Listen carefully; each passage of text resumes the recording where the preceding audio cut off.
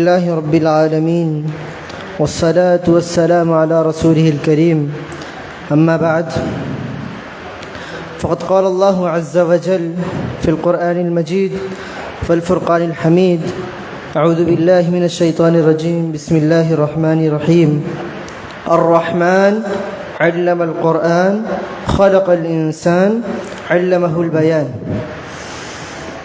محترم حاضرین، اللہ رب العالمین کا بے پایا شکر و احسان ہے کہ اس نے ہمیں اس عظیم و بامقصد تربیتی پروگرام میں جمع ہونے کی توفیق بخشی.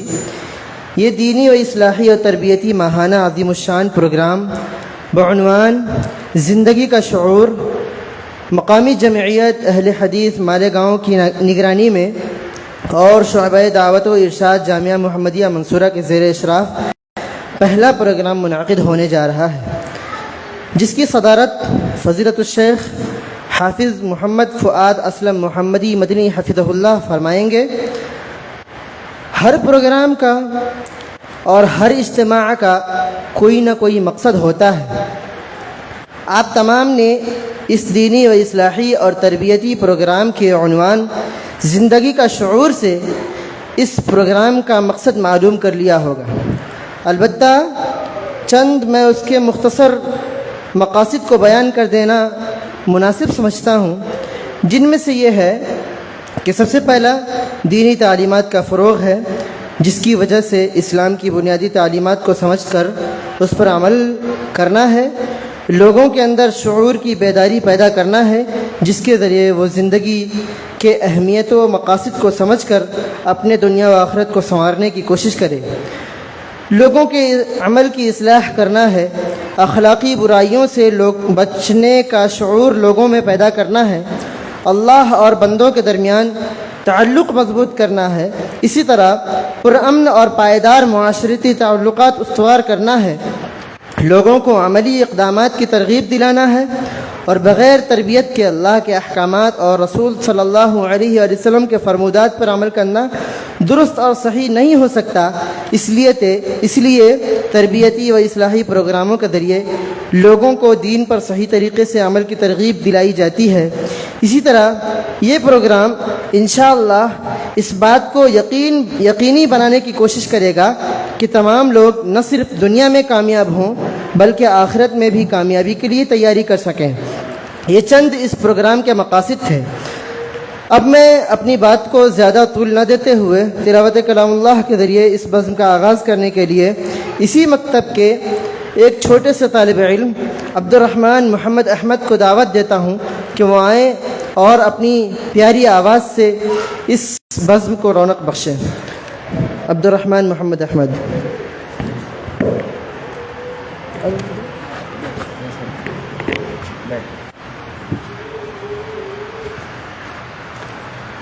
أعوذ بالله من الشيطان الرجيم.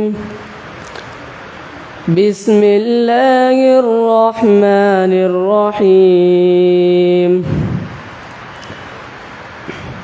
والضحى والليل إذا سجى ما ودعك ربك وما قلى وللآخرة خير لك من الأولى ولسوف يعطيك ربك فترضى ألم يجدك يتيما فآوى ووجدك ضالا فهدى ووجدك عائلا فأغنى فأما اليتيم فلا تقهر وأما السائل فلا تنحر وأما بنعمة ربك فحدث.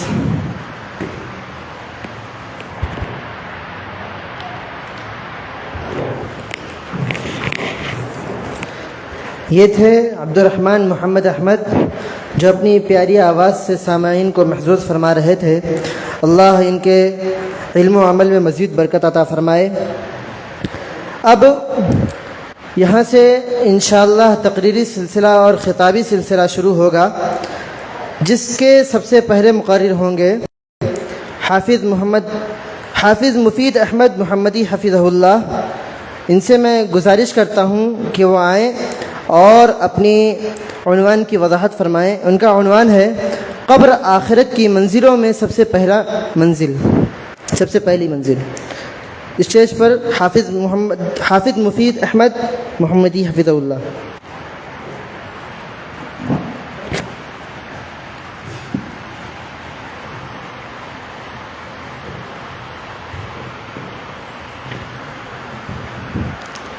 السلام علیکم ورحمۃ اللہ وبرکاتہ۔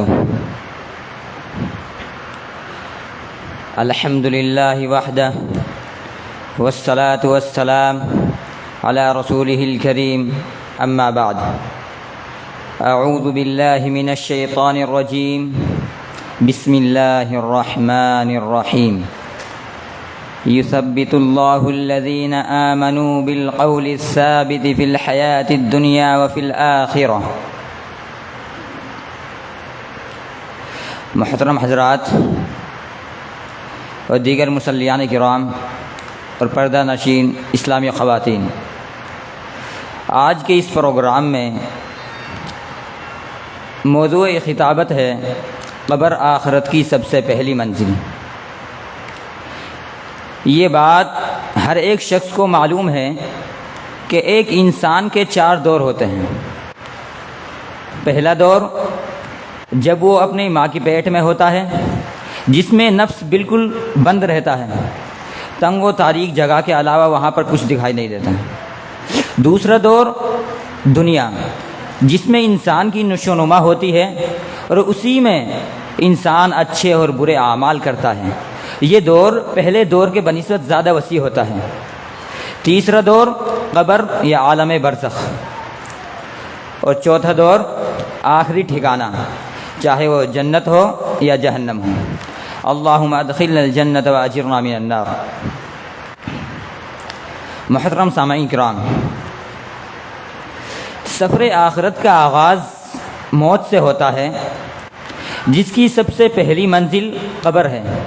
جی ہاں، ایک تنگ و تاریک جگہ، نہ دوست کام آتے ہیں، وہاں نہ احباب کام آتے ہیں، نہ رشتہ دار کام آتے ہیں۔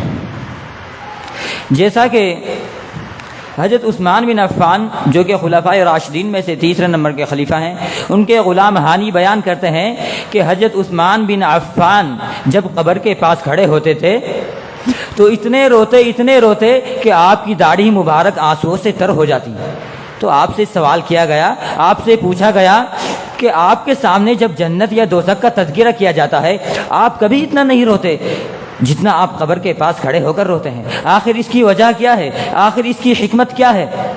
تو انہوں نے بیان کیا کہ میں نے نبی صلی اللہ علیہ وسلم کو فرماتے ہوئے سنا، ان القبر اول منازل الاخرہ فان نجا منه احد فما بعده ایسر منه وان لم ينج منه فما بعده اشد منه۔ بے شک قبر آخرت کی منزلوں میں سب سے پہلی منزل ہے۔ اگر کوئی شخص اس میں نجات پا گیا، اس میں کامیاب ہو گیا، اس میں سوالات کے جواب دے گیا، تو اس کے بعد آنے والی منزلیں اس سے بھی کہیں زیادہ آسان ہو جائیں گی۔ لیکن اگر کوئی شخص اسی میں ناکام ہو گیا تو اس کے بعد آنے والی منزل تو اس سے بھی کہیں زیادہ سخت ہو جائے گی۔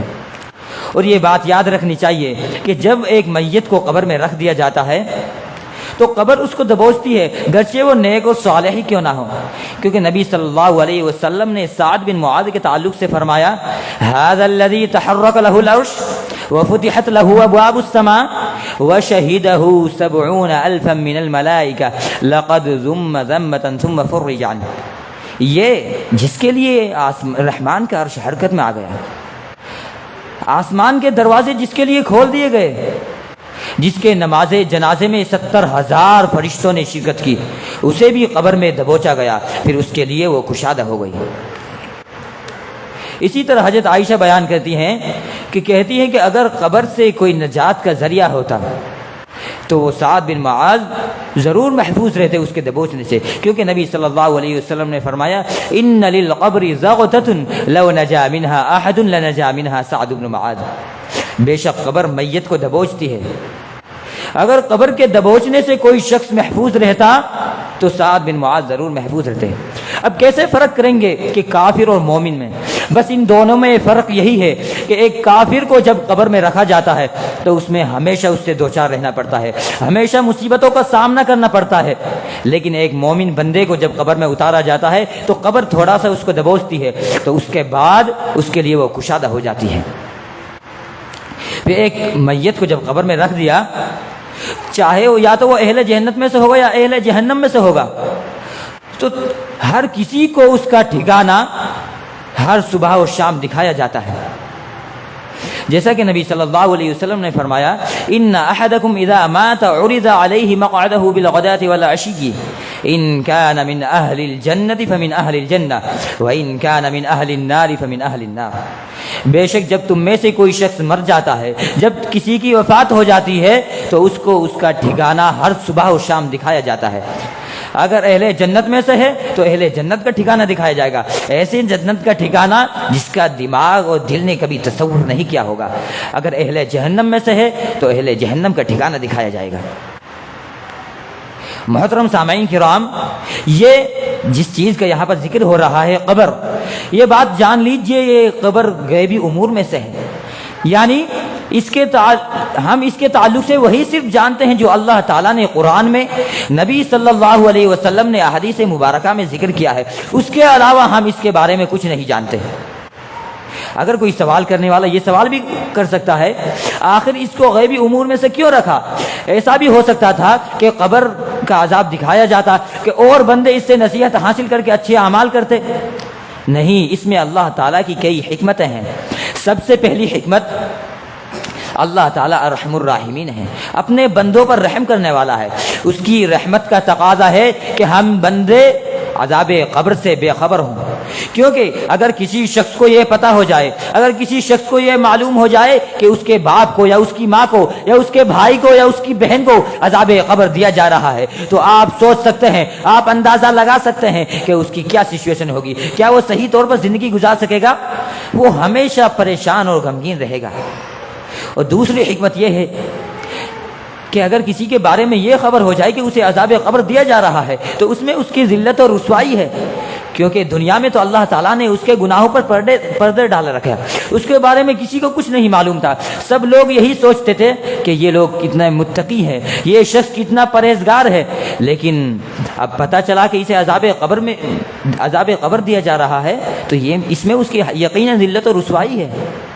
اور تیسری حکمت اور سب سے اہم حکمت یہ ہے کہ اگر بندوں کو عذاب قبر دکھلایا جائے یا سنایا جائے، کہیں ہم اپنے مردوں کو دفنانا نہ چھوڑ دیں، کیونکہ نبی صلی اللہ علیہ وسلم کی ایک حدیث ہے کہ نبی صلی اللہ علیہ وسلم ایک مرتبہ خچر پر تھے تو اچانک سے خچر بھٹکنے لگا، قریب تھا کہ آپ صلی اللہ علیہ وسلم نیچے گر جاتے۔ آپ صلی اللہ علیہ وسلم نے وہاں پر 5 یا 6 قبروں کو دیکھا تو صحابہ کرام کی طرف متوجہ ہوتے ہوئے فرمایا، اے صحابہ کرام، کیا تم میں سے کوئی شخص جانتا ہے کہ یہ کب وفات پائے اور یہ کون ہے اور یہ کس حالت میں وفات پائے تھے؟ صحابہ کرام نے جواب دیتے ہوئے فرمایا، اے اللہ کے رسول، یہ فلاں شخص ہے، یہ فلاں قبیلے سے تعلق رکھتے ہیں اور جس وقت ان کی وفات ہوئی یہ حالت شرک میں تھے، یعنی یہ مشرک تھے۔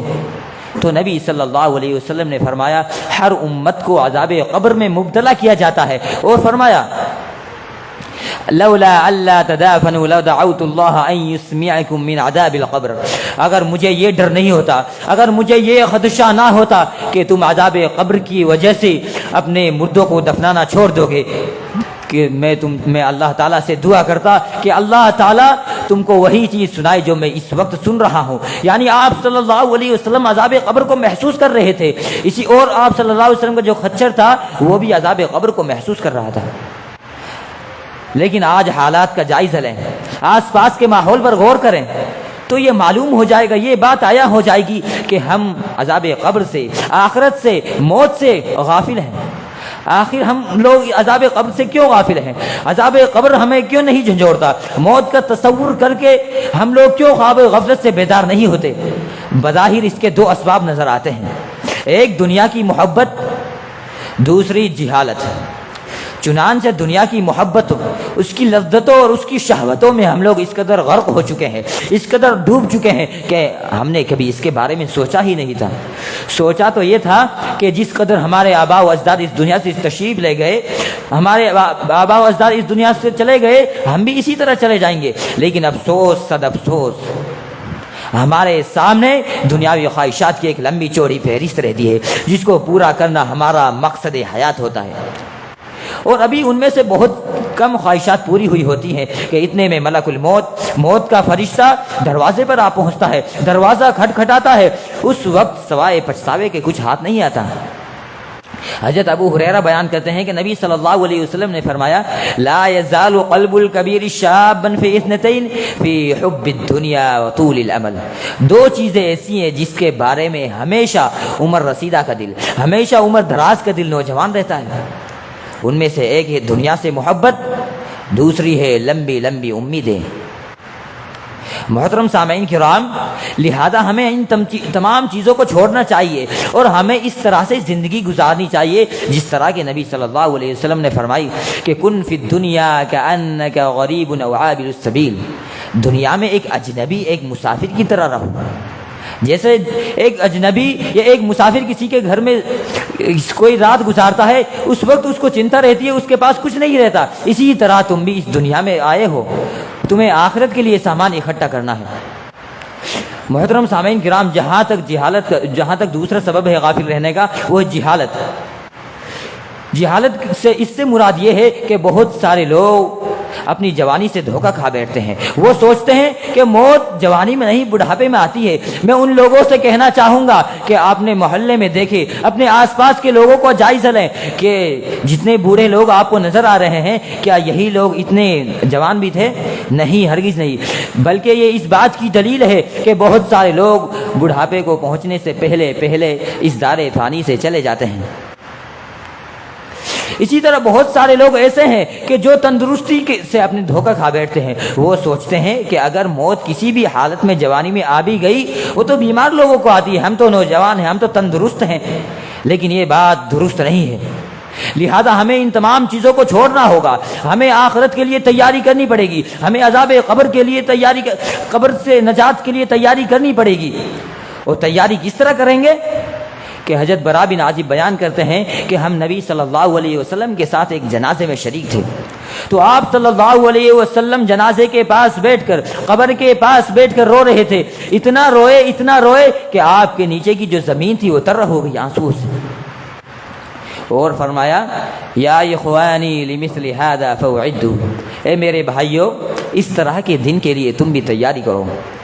یہ اس بات کی دلیل ہے کہ قبر یعنی آخرت کوئی اتنی آسان نہیں ہے، قبر کوئی اتنی آسان منزل نہیں ہے کہ ایمان لانے سے ہمیں قبر میں چین و سکون مل سکتا ہے، بلکہ ایمان لانے کے ساتھ ساتھ اس پر عمل صالح بھی کرنا پڑے گا، ارکان ایمان کو ادا کرنا پڑے گا، ارکان اسلام کو ادا کرنا پڑے گا۔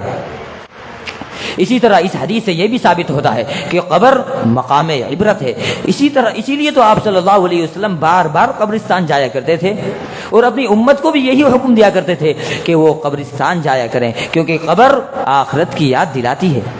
اور آپ صلی اللہ علیہ وسلم کا یہ فرمانا، یا اخوانی لمثل هذا فاعدوا، کہ اس طرح کے دن کے لیے تم بھی تیاری کرو، یہ اس بات کی دلیل ہے کہ ہمیں قبر کی زندگی کے لیے، ہمیں آخرت کی زندگی کے لیے تیاری کرنی پڑے گی۔ اور وہ کس طرح سے ہوگی؟ وہ عمل صالح کے ساتھ ہی ہوگی، کیونکہ قبر میں انسان کا ایک واحد ساتھی عمل ہی رہتا ہے۔ نبی صلی اللہ علیہ وسلم بیان کرتے ہیں، یتبع المیت ثلاث، اہلہ ومالہ وعملہ، فیرجع اثنان ویبقى واحد، فیرجع اہلہ ومالہ ویبقى عملہ، یعنی میت کے پیچھے تین چیزیں جاتی ہیں، جن میں سے دو لوٹ آتی ہیں، ایک اس کے ساتھ رہتی ہے، اس کے مال، اس کا اہل و عیال، اس کے اعمال۔ ان میں سے اس کے اہل و عیال اور مال و متاع واپس آ جاتے ہیں اور میت کے ساتھ اس کے اعمال رہتے ہیں، خواہ وہ اچھے ہوں یا برے۔ لہذا ہمیں نیک اعمال کرنے ہیں، اور آخر میں اللہ تعالیٰ سے دعا ہے کہ اللہ تعالیٰ ہمیں نیک اعمال کرنے کی توفیق عطا فرمائے، اور ہمیں آخرت کی تیاری کرنے کی توفیق عطا فرمائے، اور ہمیں عذاب قبر سے بچائے، آمین۔ السلام علیکم ورحمۃ اللہ وبرکاتہ۔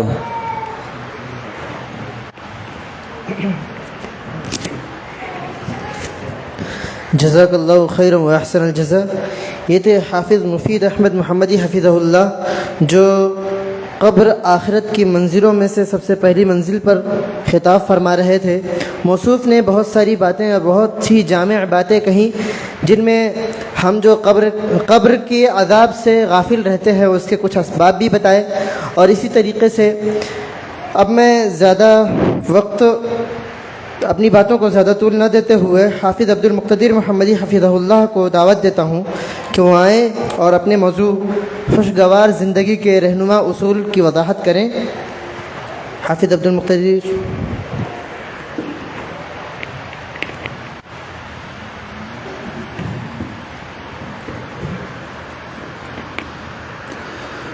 السلام علیکم ورحمۃ اللہ وبرکاتہ۔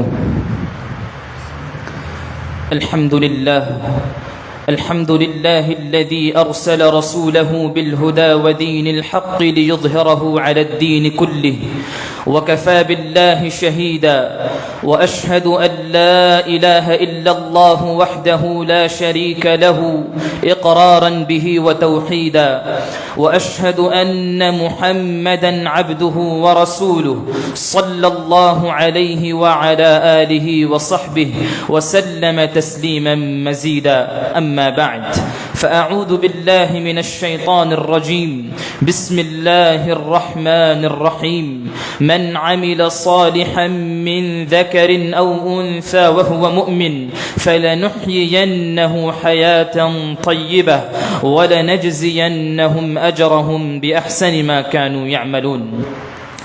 لائق صد احترام استاد محترم جناب صدر، برادران ملت، بزرگان دین، عزیز ساتھیوں، اس تربیتی پروگرام کا موضوع ہے زندگی کا شعور، اور اسی موضوع سے مناسبت رکھتا ہوا ایک عنوان، جس عنوان کے تحت میں لب کشائی کی جسارت مناسب سمجھتا ہوں، وہ ہے خوشگوار زندگی کے رہنما اصول۔ برادران اسلام، دور حاضر کا مسلمان پریشان حال اور سرگرداں نظر آتا ہے۔ کوئی شخص مالی مشکلات کا سامنا کر رہا ہے، کوئی شخص کاروباری و تجارتی مشکلات کا سامنا کر رہا ہے، کوئی شخص قرض کے بوجھ تلے دبے چلا جا رہا ہے، کوئی شخص گھریلو مسائل کی بنیاد پر پریشان نظر آ رہا ہے، کسی شخص کو اس کے اولاد اور بیوی کی نافرمانی کا صدمہ کھائے جا رہا ہے، اور کوئی شخص اپنے احباء و اقرباء کی دوری اور ان کے فوت ہونے کا صدمہ لیے بے قرار ہوا گھوم رہا ہے۔ ان تمام تر مصائب، ان تمام تر جھمیلوں میں پھنس جانے کے باوجود بھی ہر انسان اس بات کی خواہش ظاہر کرتا ہے کہ میں جو زندگی گزاروں وہ خوشگوار زندگی گزاروں، لیکن ہم مسلمانوں کا مسئلہ یہ ہے کہ خوشگوار زندگی گزارنے کی خاطر ہم موٹیویشنل اسپیکرز کا سہارا لیتے ہیں، خوشگوار زندگی گزارنے کی خاطر ہم مینٹل اور ہیلتھ کیئر والوں کی طرف رہنمائی کی لیے رجوع کرتے ہیں، خوشگوار زندگی گزارنے کی خاطر ہم دنیاوی اصول و ضوابط اور فارمولوں کو اختیار کرنے کی کوشش کرتے ہیں، لیکن ہم یہ نہیں دیکھتے کہ ہم جس دین کے متبعین ہیں، جس دین کی ہم پیروی کرنے والے ہیں، وہ دین خوشگوار زندگی گزارنے کی خاطر کن اصولوں کی طرف ہمیں رہنمائی کرتا ہے۔ تو آئیے کتاب و سنت کی روشنی میں ہم چند اصولوں کو جاننے کی کوشش کرتے ہیں۔ سب سے پہلا اصول، جس اصول پر عمل پیرا ہو کر ہم خوشگوار زندگی گزار سکتے ہیں، وہ ہے ایمان و عمل صالح۔ فرمان باری تعالی ہے، من عمل صالحا من ذکر او انثى وهو مؤمن فلنحيينه حیاتا طیبہ ولنجزینهم اجرهم باحسن ما كانوا يعملون، کہ جو بھی شخص نیک عمل کرتا ہے، خواہ مرد ہو یا عورت، بشرطے کہ وہ مومن ہو، تو ہم ضرور بالضرور اسے خوشگوار زندگی عطا کریں گے، اور جو کچھ اعمال اس نے کیے ہیں ان اعمال سے کہیں بہتر بدلہ ہم اسے عطا کریں گے۔ ایک دوسری جگہ رب العالمین نے ارشاد فرمایا، الذین آمنوا وعملوا الصالحات طوبى لهم وحسن مآب کہ جو بھی شخص نیک عمل کرتا ہے، ایمان لاتا ہے، اس کے لیے بہترین ٹھکانہ ہے اور ساتھ ہی ساتھ دنیا میں خوشگوار زندگی ہے۔ یہ اللہ رب العالمین کا وعدہ ہے کہ اگر کوئی شخص حقیقی معنوں میں ایمان لے آتا ہے، اگر کوئی شخص حقیقی معنوں میں اللہ رب العالمین کی رضا کے حاصل کرنے کی خاطر نیک اعمال کرتا ہے تو رب العالمین اسے ضرور بالضرور خوشگوار زندگی عطا کرے گا۔ یہ اللہ تعالیٰ کا وعدہ ہے اور اللہ تعالیٰ اپنے وعدے کی مخالفت نہیں کرتا۔ ان اللہ لا یخلف المیعاد، اللہ تعالیٰ اپنے وعدے کی مخالفت نہیں کرتا۔ دوسرا اصول ہے نمازوں کا اہتمام۔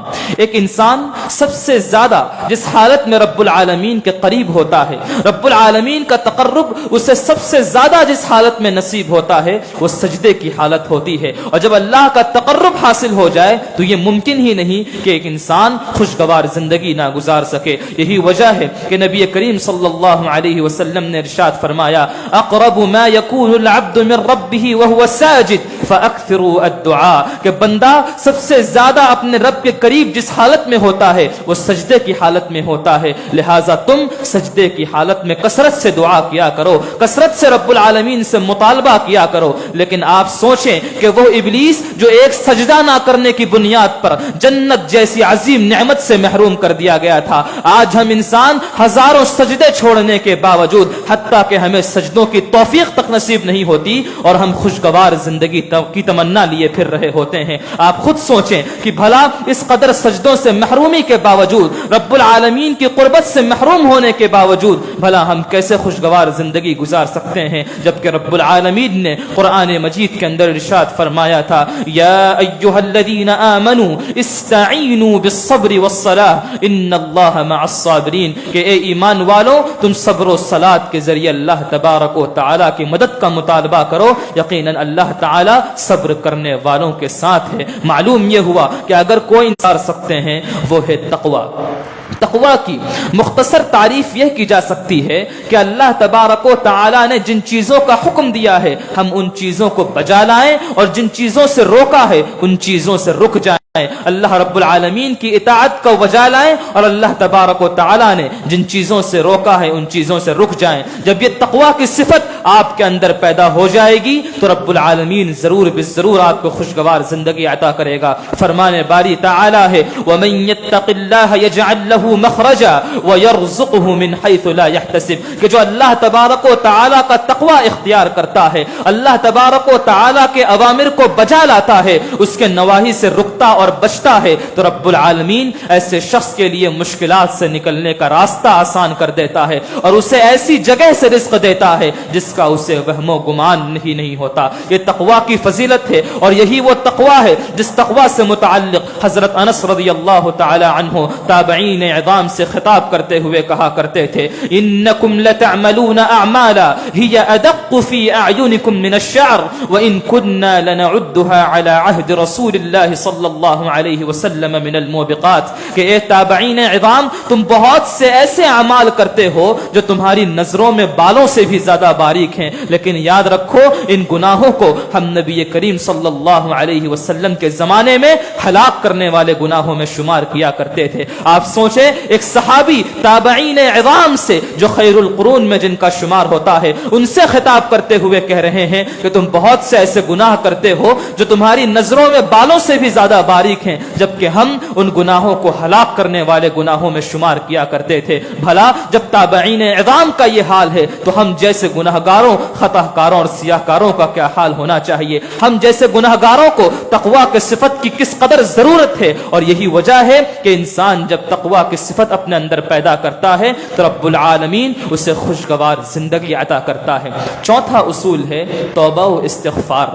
ایک انسان، ایک مسلمان اول تو حتی المقدور گناہوں سے بچنے کی کوشش کرتا ہے، پھر بھی اگر وہ کسی گناہ کا مرتکب ہو جائے تو وہ فوراً رب العالمین کی طرف رجوع کرتا ہے، اس کی بارگاہ میں حاضری دیتا ہے، اور انہی مومنوں کی صفت بتلاتے ہوئے رب العالمین نے قرآن مجید کے اندر ارشاد فرمایا وَتُوبُوا إِلَى اللَّهِ جَمِيعًا أَيُّهَا الْمُؤْمِنُونَ لَعَلَّكُمْ تُفْلِحُونَ، کہ اے مومنوں تم سب کے سب رب العالمین کی طرف رجوع کرو، رب العالمین سے مغفرت کا مطالبہ کرو تاکہ تم کامیاب ہو جاؤ۔ اور ایک دوسرے دوسری آیت میں توبہ و استغفار کے فوائد بتلاتے ہوئے رب العالمین نے ارشاد فرمایا استغفروا ربکم انہ کان غفارا، کہ اپنے رب سے گناہوں کی مغفرت کا مطالبہ کرو، اپنے رب سے اپنے گناہوں کی بخشش کا مطالبہ کرو، یقیناً تمہارا رب بڑا بخشنے والا ہے۔ اس کے فوائد کیا ہیں؟ فوائد بتلاتے ہوئے کہا یرسل السماء علیکم مدرارا، کہ جب توبہ و استغفار کرو گے تو رب العالمین تمہارے لیے موسلا دھار بارش برسائے گا، وَيُمْدِدْكُمْ بِأَمْوَالٍ وَبَنِينَ، تمہیں مال و اولاد سے نوازے گا، وَيَجْعَلْ لَكُمْ جَنَّاتٍ، تمہارے لیے باغات پیدا کرے گا، وَيَجْعَلْ لَكُمْ أَنْهَارًا، اور تمہارے لیے نہریں جاری کر دے گا۔ یہ سارے فوائد کس بنیاد پر ہیں؟ توبہ و استغفار کی بنیاد پر ہیں۔ معلوم یہ ہوا کہ ایک انسان اگر توبہ و استغفار کرتا ہے، گناہوں سے مغفرت کا مطالبہ کرتا ہے، تو رب العالمین اسے خوشگوار زندگی عطا کرتا ہے۔ پانچواں اصول کہ جس اصول پر عمل پیرا ہو کر ایک انسان خوشگوار زندگی گزار سکتا ہے وہ ہے دعا۔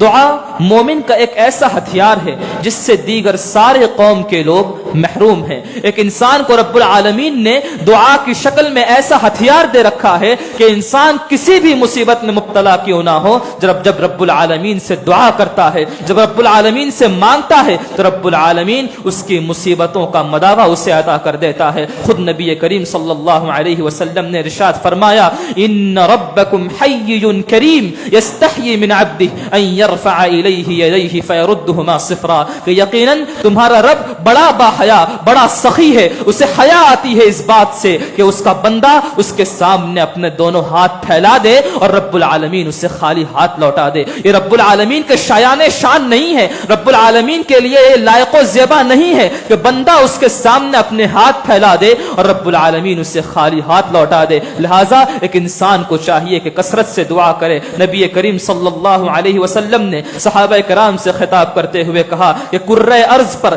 ایسا کوئی بھی انسان نہیں ہے کہ جو رب العالمین سے دعا کرتا ہے، رب العالمین سے مانگتا ہے اور اللہ تبارک و تعالی اس کی مانگ کو، اس کے مطالبے کو پورا نہیں کرتا، یا اگر مطالبے کو پورا نہیں کرتا تو اسی جیسی کسی مصیبت کو اس سے دور کر دیتا ہے۔ صحابہ کرام نے عرض کیا اذن نکثر یا رسول اللہ، کہ اللہ کے رسول صلی اللہ علیہ وسلم اگر یہی بات ہے تو ہم کثرت سے دعا کریں گے، بہت زیادہ دعائیں کریں گے۔ اللہ کے رسول صلی اللہ علیہ وسلم نے ارشاد فرمایا اللہ اکثر، کہ اگر تم زیادہ دعائیں کرتے ہو، اگر تم اللہ رب العالمین سے زیادہ مانگتے ہو تو اللہ رب العالمین اس سے زیادہ عطا کرنے والا ہے۔ لہٰذا ایک مومن بندے کو چاہیے کہ مومن بندہ خوشگوار زندگی گزارنے کی خاطر کثرت سے دعاؤں کا اہتمام کرے۔ چھٹا اصول، جس اصول پر عمل پیرا ہو کر ایک انسان خوشگوار زندگی گزار سکتا ہے وہ ہے ذکر الہی۔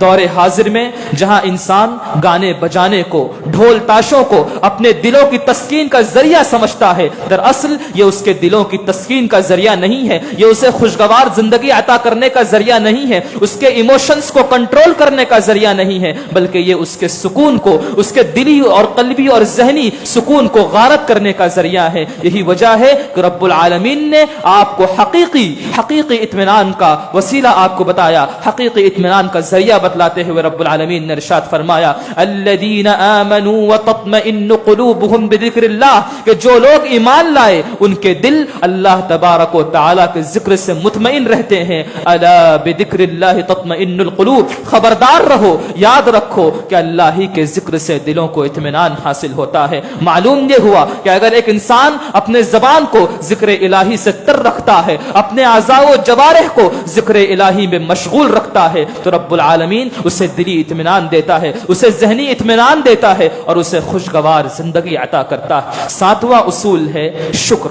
اللہ رب العالمین نے آپ کو جو نعمتیں عطا کر رکھی ہیں، اگر آپ اللہ تعالیٰ کی ان عطا کردہ نعمتوں پر اس کا شکر بجا لاتے ہیں تو اس شکر بجا لانے کی بنیاد پر اللہ تبارک و تعالیٰ آپ کو خوشگوار زندگی عطا کرے گا۔ رب العالمین نے ارشاد فرمایا ما يفعل اللہ بعذابکم ان شکرتم وآمنتم وکان اللہ شاکرا علیما، کہ رب العالمین تمہیں عذاب دے کر کرے گا کیا اگر تم اس کا شکر بجا لاؤ، اس پر ایمان لے آؤ۔ رب العالمین تو بڑا قدر قدردان خوب جاننے والا ہے. خود نبی کریم صلی اللہ علیہ وسلم راتوں کو لمبی چوڑی عبادتیں کیا کرتے تھے, قیام کیا کرتے تھے. حضرت عائشہ سوال کرتی ہیں کہ اے اللہ کے رسول صلی اللہ علیہ وسلم, آپ کے تو اگلے پچھلے سارے گناہ معاف ہیں, بھلا پھر آپ کو کیا ضرورت ہے کہ آپ اس قدر لمبے چوڑے قیام کرتے ہیں؟ تو نبی کریم صلی اللہ علیہ وسلم نے ارشاد فرمایا افلا احب ان اکون عبدا شکورا, کہ کیا میں اس بات کو پسند نہ کروں کہ میں رب العالمین کے شکر گزار بندوں میں شامل ہو جاؤں. جب نبی کریم صلی اللہ علیہ وسلم کا یہ حال ہے, جن کے اگلے پچھلے سارے گناہ معاف ہیں, تو بھلا ہم اسی نبی کے متبعین, اسی نبی کے پیروکار اور اسی نبی کی راہ پر چلنے والے لوگوں کو کس قدر ضرورت ہے کہ ہم رب العالمین کی نعمتوں پر اس کا شکر بجا لائیں. 8واں اصول, جس اصول پر عمل پیرا ہو کر ہم خوشگوار زندگی گزار سکتے ہیں, وہ ہے صبر. رب العالمین نے جو نعمتیں آپ کو عطا کی ہیں, ان نعمتوں پر آپ اس کا شکر بجا لائیں, اور جن نعمتوں سے آپ کو محروم رکھا ہے, آپ ان نعمتوں پر اس کے لیے صبر کریں. جب ایک بندہ صبر کی صفت سے متصف ہوتا ہے تو رب العالمین اس کے لیے آسانیوں کے راستے ہموار کر دیتا ہے. بندہ جب صبر کرتا ہے تو اس کے لقمے میں جانے والا زہر شہد کی شکل اختیار کر لیتا ہے. اس کے سامنے پہاڑ کی شکل میں موجود ایک مصیبت ذرے کی شکل اختیار کر جاتی ہے جب بندہ حقیقی معنوں میں صبر کرتا ہے. یہی وجہ ہے کہ نبی کریم صلی اللہ علیہ وسلم نے ارشاد فرمایا عجبا لامر المؤمن ان امره كله خير ان اصابته سراء شکر وان اصابته ضراء صبر, کہ مومن کا معاملہ بڑا عجیب ہے, اس کے ہر معاملے میں خیر و بھلائی ہے. جب کوئی خوشی پہنچتی ہے, جب کوئی بھلائی پہنچتی ہے تو رب العالمین کا شکر بجا لاتا ہے, اور جب کوئی مصیبت پہنچتی ہے تو فوراً صبر کر لیتا ہے, اور اس کے ہر معاملے میں رب العالمین اسے بھلائی عطا کر دیتا ہے. معلوم یہ ہوا کہ اگر ایک انسان صبر و شکر کا دامن تھامے رکھتا ہے تو رب العالمین اسے خوشگوار زندگی عطا کرتا ہے. 9واں اصول, اس اصول پر عمل پیرا ہو کر ایک انسان خوشگوار زندگی گزار سکتا ہے, وہ ہے توکل. توکل رب العالمین پر حقیقی معنوں میں توکل ہونا چاہیے. انسان بھروسہ کرے تو صرف اور صرف رب العالمین پر کرے, توکل کرے تو صرف اور صرف رب العالمین پر توکل کرے. دنیا کے سارے سہارے آپ سے خیانت کر جائیں, سارے لوگ بچھڑ جائیں, آپ کے احباب اعداء میں تبدیل ہو جائیں, آپ کے دوست دشمنوں میں تبدیل ہو جائیں, آپ کو کوئی فرق نہیں پڑنا چاہیے. آپ کا توکل, آپ کا بھروسہ, آپ کا اعتماد رب العالمین کی ذات پر ہونا چاہیے. یہی وجہ ہے کہ رب العالمین نے قرآن مجید کے اندر ارشاد فرمایا وَمَن يَتَوَكَّلْ عَلَى اللَّهِ فَهُوَ حَسْبُهُ, کہ جو رب العالمین کا توکل اختیار کرتا ہے, اللہ تبارک و تعالی ایسے شخص کے لیے کافی ہے, اسے دنیا کے سہاروں کی کوئی ضرورت نہیں. یہی وجہ ہے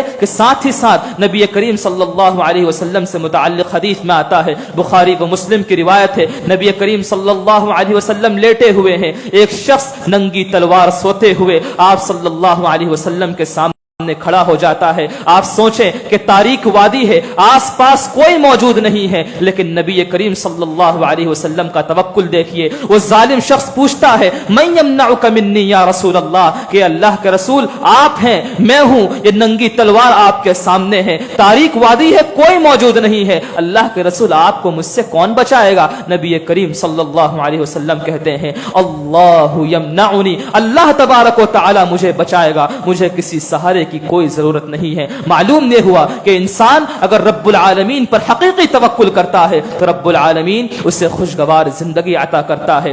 10واں اصول ہے قناعت پسندی. ایک انسان جب دنیاوی معاملات میں اپنے سے برتر لوگوں کو دیکھتا ہے تو وہ حسد کا شکار ہو جاتا ہے, اور حسد اسے دیمک کی طرح کھا جاتی ہے, اور انسان پگھلتا جاتا ہے, خوشگوار زندگی سے محروم ہوتا جاتا ہے. نبی کریم صلی اللہ علیہ وسلم نے ارشاد فرمایا انظروا الی من هو اسفل منكم ولا تنظروا الى من هو فوقكم فهو اجدر الا تزدروا نعمت اللہ علیکم, کہ دنیاوی معاملات میں اپنے سے کمتر لوگوں کو دیکھا کرو, اپنے سے برتر لوگوں کو نہ دیکھا کرو. یہ اس بات کی وجہ بنے گی, یہ اس بات کا سبب بنے گا کہ آپ لوگوں سے حسد کا شکار نہیں ہوں گے. اللہ تبارک و تعالی نے جو نعمتیں آپ کو عطا کی ہیں ان نعمتوں کو آپ حقیر نہیں سمجھیں گے. جب قناعت پسندی کہ یہ خصوصیت آپ کے اندر آ جائے گی تو آپ خوشگوار زندگی گزار سکتے ہیں.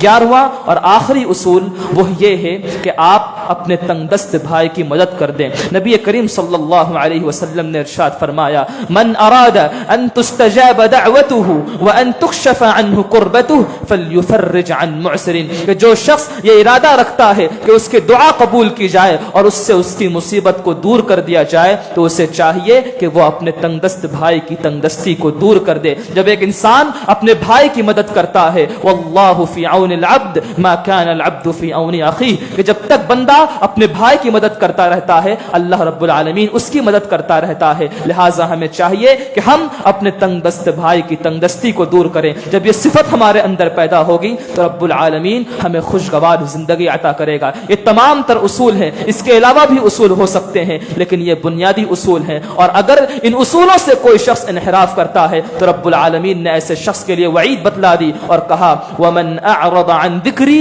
فَإِنَّ لَهُ مَعِيشَةً ضَنْكًا، کہ اگر کوئی شخص میرے ذکر سے اعراض کرتا ہے، جو اصول بتلائے گئے ہیں ان اصولوں سے اعراض کرتا ہے تو اس کے لیے دنیا میں تنگ روزی ہے، وہ شخص دنیا میں ہرگز خوشگوار زندگی نہیں گزار سکتا۔ رب العالمین سے دعا ہے کہ رب العالمین ان تمام اصولوں پر ہمیں عمل کرنے کی توفیق عطا فرمائے، ہمیں حقیقی معنوں میں حقیقی مومن اور رب العالمین کی رضا جوئی کے خاطر عمل صالح کرنے والا بنائے، نمازوں کا اہتمام کرنے والا بنائے، متقی بنائے۔ رب العالمین ہمیں توبہ و استغفار کرنے والا بنائے، دعاؤں کا اہتمام کرنے والا بنائے، ذکر الہی کا اہتمام کرنے والا بنائے، صبر و شکر کا دامن تھام کر رکھنے والا بنائے۔ رب العالمین ہمیں قناعت پسندی اختیار کرنے کی توفیق دے اور اپنے تنگ دست بھائی کی تنگ دستی کو دور کرنے کی توفیق دے، آمین۔ وما علینا الا البلاغ المبین، والسلام علیکم ورحمۃ اللہ وبرکاتہ۔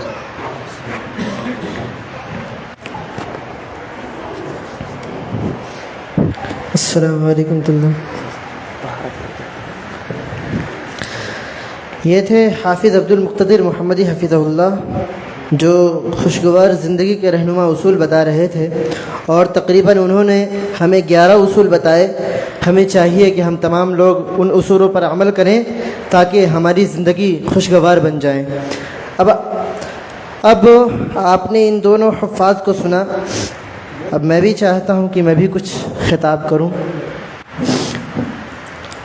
الحمد لله رب العالمين والصلاة والسلام على رسوله الكريم، أما بعد فقد قال الله عز وجل في القرآن المجيد والفرقان الحميد أعوذ بالله من الشيطان الرجيم بسم الله الرحمن الرحيم وذكر فإن الذكرى تنفع المؤمنين وما خلقت الجن والإنس إلا ليعبدون ما أريد منهم من رزق وما أريد أن يطعمون إن الله هو الرزاق ذو القوة المتين۔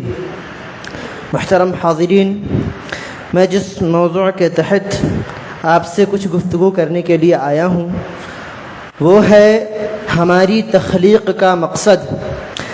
اگر ہم اپنی تخلیق کے مقصد کو نہیں سمجھے اور اگر ہم نے اپنی تخلیق کے مقصد کو نہیں جانا تو ہماری زندگی بھی ان اصولوں کے باوجود صحیح نہیں ہو پائے گی اور خوشگوار نہیں ہو سکتی۔ اس لیے میں اس موضوع کے تحت یہ بتا دینا چاہتا ہوں کہ ہماری زندگی، ہماری اس تخلیق کا مقصد کیا ہے۔ اللہ رب العالمین نے آخر ہمیں دنیا میں بھیجا تو کیوں بھیجا؟ ہر چیز کا کوئی نہ کوئی مقصد ہوتا ہے۔ ابھی آپ نے کچھ دیر پہلے اس پروگرام کے مقاصد بھی سنے۔ ہم کماتے ہیں، اس کا بھی کچھ مقصد ہوتا ہے۔ ہم کوئی کام کرتے ہیں، اس کا بھی کوئی مقصد ہوتا ہے۔ ہر چیز کے پیچھے کوئی نہ کوئی ہدف ہوتا ہے، کوئی نہ کوئی مقصد ہوتا ہے۔ تو اللہ رب العالمین نے جب ہمیں پیدا کیا، جب ہماری تخلیق کی، جب ہمیں دنیا میں بھیجا تو اس کا بھی کچھ نہ کچھ مقصد ہوگا۔ تو اس کا مقصد یہ ہے کہ اللہ رب العالمین نے ہماری ہر جگہ پر رہنمائی فرماتے ہوئے اس مقصد کی تعیین بھی بتاتے ہوئے فرمایا وَمَا خَلَقْتُ الْجِنَّ وَالْإِنسَ إِلَّا لِيَعْبُدُونَ، کہ میں نے جنوں اور انسانوں کو صرف اور صرف اپنی عبادت کے لیے پیدا کیا ہے۔ یعنی سب سے اہم مقصد اور سب سے عظیم مقصد ہماری تخلیق کا یہ ہے کہ ہم صرف اور صرف اللہ رب العالمین کی عبادت کریں۔ اب سوال یہ اٹھتا ہے کہ جب مولانا صاحب آپ نے یہ بتایا ہے کہ ہماری تخلیق کا مقصد صرف عبادت ہے، اللہ رب العالمین کی عبادت کرنی ہے، تو ہم چلتے کیوں ہیں، ہم پھرتے کیوں ہیں، ہم کھاتے کیوں ہیں، ہم کماتے کیوں ہیں، یہ دنیا کے دوسرے کام کاج کیوں کرتے ہیں؟ اس کا جواب یہ ہے کہ اگر ہم کھائیں گے نہیں تو اللہ رب العالمین کے سامنے اچھے طریقے سے چستی کے ساتھ نہیں کھڑے ہو سکیں گے، اگر ہم سوئیں گے نہیں تو ہم جب اللہ رب العالمین کے سامنے کھڑے ہوں گے تو ہم جو دعا کریں گے اس میں ہم اپنے لیے بدعا کر بیٹھیں گے نیند کے غلبے کی وجہ سے۔ اس لیے ہمیں سونا بھی ضروری ہے، کھانا بھی ضروری ہے، چلنا پھرنا بھی ضروری ہے۔ غرض یہ کہ یہ دنیا کے تمام کام جتنے بھی ہم کرتے ہیں یہ سب ہمارے لیے ہماری عبادت میں معاون ہے، اور ساتھ ہی ساتھ اللہ رب العالمین اگر ہماری نیت صاف ہے، اگر ہم کھاتے اس لیے ہیں کہ اللہ رب العالمین کے سامنے صحیح طریقے سے کھڑے ہو سکے اور اللہ رب العالمین کی عبادت صحیح طریقے سے کر سکیں، ہماری نیت خالص ہے تو اللہ اس پر بھی اجر دیتا ہے۔ عبادت کرنی ہے اللہ رب العالمین کی، بتایا لعلکم تتقون، تاکہ تم متقی بن جاؤ، تاکہ تم اللہ رب العالمین سے ڈرنے والے بن جاؤ، تاکہ تمہارے دلوں کے اندر اللہ رب العالمین کی خشیت جاگ جائے۔ اس لیے اللہ کی عبادت کرنی ہے کہ ہمارے دلوں کے اندر اللہ کا خوف پیدا ہو۔ ہماری تخلیق کا مقصد توحید ہے، ہماری تخلیق کا مقصد عبادت ہے صرف اللہ رب العالمین کی، اور اسی عبادت کے لیے، اسی توحید کے لیے اللہ رب العالمین نے بے شمار انبیاء اور رسول کو مبعوث فرمایا۔ اللہ رب العالمین نے ارشاد فرمایا وَلَقَدْ بَعَثْنَا فِي كُلِّ أُمَّةٍ رَسُولًا أَنِ اعْبُدُوا اللَّهَ وَاجْتَنِبُوا الطَّاغُوتَ، کہ ہم نے ہر ایک امت میں ایک نہ ایک رسول بھیجا ہے۔ کیوں بھیجا؟ أَنِ اعْبُدُوا اللَّهَ، تاکہ وہ تمہیں اللہ رب العالمین کی عبادت کی طرف لے جائیں، اللہ رب العالمین کی عبادت کا حکم دیں، اللہ رب العالمین کے بارے میں تمہیں بتائیں کہ اللہ کون ہے، توحید سکھائے، وَاجْتَنِبُوا الطَّاغُوتَ، اور شیطان سے بچائے، شیطان سے، طاغوت سے تمہیں دور رکھے۔ اس لیے اللہ رب العالمین نے بے شمار انبیاء اور رسول کو بھی مبعوث فرمایا۔ اسی طریقے سے اللہ رب العالمین نے سورہ یاسین کے اندر ارشاد فرمایا أَلَمْ أَعْهَدْ إِلَيْكُمْ يَا بَنِي آدَمَ أَلَّا تَعْبُدُوا الشَّيْطَانَ إِنَّهُ لَكُمْ عَدُوٌّ مُّبِينٌ وَأَنِ اعْبُدُونِي هَذَا صِرَاطٌ مُّسْتَقِيمٌ، کہا کہ اے ابن آدم، کیا میں نے تم سے وعدہ نہیں لیا تھا؟ کیا تم نے مجھ سے عہد نہیں کیا تھا؟ أَلَمْ أَعْهَدْ إِلَيْكُمْ يَا بَنِي آدَمَ أَلَّا تَعْبُدُوا الشَّيْطَانَ، کس چیز کا وعدہ ہم نے اللہ رب العالمین سے کیا ہے کہ ہم اللہ رب العالمین کے سوا کسی دوسرے کی عبادت نہیں کریں گے۔ اللہ تعبدوا الشیطان، اللہ رب العالمین نے کہا کہ تم نے ہم سے وعدہ کیا ہے کہ تم شیطان کی عبادت نہیں کرو گے۔ کیوں؟ انہ لکم عدو مبین، کیونکہ شیطان تمہارا کھلا ہوا دشمن ہے۔ اور کہا وان اعبدونی، اور تم صرف اور صرف میری عبادت کرو گے۔ ھذا صراط مستقیم، یہی سیدھا راستہ ہے، یہی سچا راستہ ہے، یہی حق ہے، یہی اسلام ہے، اسی پر تمہیں عمل کرنا ہے، اسی پر اگر عمل کرو گے تو جنت میں جاؤ گے۔ معلوم یہ ہوا کہ ہماری تخلیق کا مقصد کیا ہے؟ اللہ رب العالمین کی عبادت کرنی ہے۔ اب ہم اپنا جائزہ لیں کہ ہم اس دنیا میں رہتے ہوئے اللہ رب العالمین کی عبادت کے علاوہ دنیا کے تمام کا وقت نکالنا پڑے گا۔ ہم نے اپنی زندگی کو دنیا کے لہو و لعب میں لگا دیا ہے، ہم نے اپنی زندگی کو دنیا کے سارے کاموں میں مصروف رکھا ہے، لیکن اللہ کی عبادت کے لیے ہمارے پاس وقت نہیں ہے۔ ہم 24 گھنٹے میں سے 50 منٹ اللہ رب العالمین کے در پر حاضر ہونے کے لیے نہیں نکال سکتے۔ ہمارے پاس عبادت کے لیے وقت نہیں، ہمارے پاس نماز کے لیے وقت نہیں۔ دینے والا وہ ہے، سب کچھ اس نے دیا، کھلا رہا ہے وہ، پہنا رہا ہے وہ خالق ہے، وہ مالک ہے، وہ حاکم ہے، سب کچھ وہ ہے۔ اس کے باوجود ہم کہتے ہیں کہ ہم نے یہ کمایا ہے، یہ میرا ہے، یہ ہمارا ہے، یہ ہمارا کچھ نہیں، یہ میرا کچھ نہیں، یہ آپ کا کچھ نہیں، سب کچھ اللہ رب العالمین کا دیا ہوا ہے۔ جب اللہ رب العالمین کا دیا ہوا ہے تو ہم کس چیز پر تکبر کرتے ہیں، ہم کس چیز پر گھمنڈ کرتے ہیں، ہم کس چیز پر فخر کرتے ہیں کہ نہیں یہ میرا ہے۔ حاکم و رازق وہ ہے، سب کچھ اس نے دیا، تو اس کے در پر حاضر ہونے کے لیے ہمارے پاس 50 منٹ نہیں ہے؟ ہم دنیا کی تمام چیزوں کے لیے وقت نکال لیتے ہیں۔ اگر کہا جائے کہ فلاں جگہ پر پیسہ بڑھ رہا ہے تو ہمارے پاس وقت نہ ہوتے بھی وقت نکل جائے گا، کیونکہ ہم وہاں پر دنیاوی مفاد کو دیکھتے ہوئے دوڑے دوڑے چلے وہیں دن و رات میں 5 مرتبہ حی علی الصلاح حی علی الفلاح کہتا ہے، دن و رات میں 5 مرتبہ وہ اذان دیتا ہے، لیکن ہمارے کانوں پر جوں تک نہیں رنگتی، ہمارے دل کے اندر اثر نہیں ہوتا، ہم اللہ رب العالمین کے در پر حاضر ہونے کی کوشش نہیں کرتے۔ کیوں؟ کیونکہ ہم نے اپنی زندگی کو کھیل تماشا سمجھ رکھا ہے، ہم نے یہ سمجھا ہے کہ اللہ رب العالمین نے ہمیں بے مقصد پیدا کیا۔ ایسا نہیں ہے، اللہ رب العالمین نے ہمیں بتایا کہ اگر ہم غور و فکر کریں گے اللہ رب العالمین کی چیزوں میں، اللہ رب العالمین نے جو یہ آسمان اور یہ جو زمین بنائے ہیں اور اس کے درمیان جو بھی چیزیں بنائی ہے، اگر ہم اس کے اندر غور و فکر کریں تو ہمیں پتہ چلے گا کہ کوئی بھی چیز باطل نہیں ہے، کوئی بھی چیز یوں ہی پیدا نہیں کر دی گئی۔ اللہ رب العالمین ارشاد فرماتا ہے ان لوگوں کے بارے میں جو اللہ رب العالمین کی تخلیق میں غور و فکر کرتے ہیں، الذین یتفکرون فی خلق السماوات والارض، کہا وہ لوگ جو زمین و آسمان کی ان الذین یذکرون اللہ قیاما وقعودا وعلی جنوبہم ویتفکرون فی خلق السماوات والارض ربنا ما خلقت هذا باطلا سبحانک فقنا عذاب النار، کہا وہ لوگ جو اللہ رب العالمین کا ذکر کرتے ہیں، اٹھتے بیٹھتے پہلو کے بل لیٹے جاگتے ہر حالت میں اللہ رب العالمین کا ذکر کرتے ہیں، اللہ رب العالمین کو یاد کرتے ہیں، اور فرمایا وَيَتَفَكَّرُونَ فِي خَلْقِ السَّمَاوَاتِ وَالْأَرْضِ، اور جو لوگ اللہ رب العالمین کی پیدا کردہ آسمان اور زمین میں اور اس کے درمیان جو بھی چیزیں ہیں اس کے اندر غور و فکر کرتے ہیں، پھر فرمایا ربنا ما خلقت هذا باطلا، وہ کیا کہتے ہیں جو لوگ غور و فکر کرتے ہیں اللہ رب العالمین کی تخلیق کردہ چیزوں میں، وہ کیا کہتے ہیں ربنا ما خلقت هذا باطلا، اے ہمارے رب تو نے ان چیزوں کو بیکار پیدا نہیں کیا ہے، تو نے ان چیزوں کو یوں ہی پیدا نہیں کر دیا۔ پھر کہتے ہیں سبحانک فقنا عذاب النار، پھر دعا مانگتے ہیں کہ تیری ذات پاک ہے، تو نے ہر چیز کو بامقصد پیدا کیا ہے، اور اسی کے ساتھ کہتے ہیں فقنا عذاب النار، تو ہمیں جہنم کے عذاب سے بچا۔ ایک جگہ پر اور اللہ رب العالمین نے ہمیں بتایا کہ ہماری تخلیق کا مقصد یوں ہی نہیں ہے، ہمیں یوں ہی پیدا نہیں کر دیا گیا، فرمایا افحسبتم انما خلقناکم عبثا وانکم الینا لا ترجعون، کہ کیا تم نے یہ گمان کر رکھا ہے کہ تمہیں یوں ہی بے مقصد اور بیکار پیدا کر دیا گیا ہے، وانکم الینا لا ترجعون، اور تم اللہ رب العالمین کی طرف لوٹائے نہیں جاؤ گے؟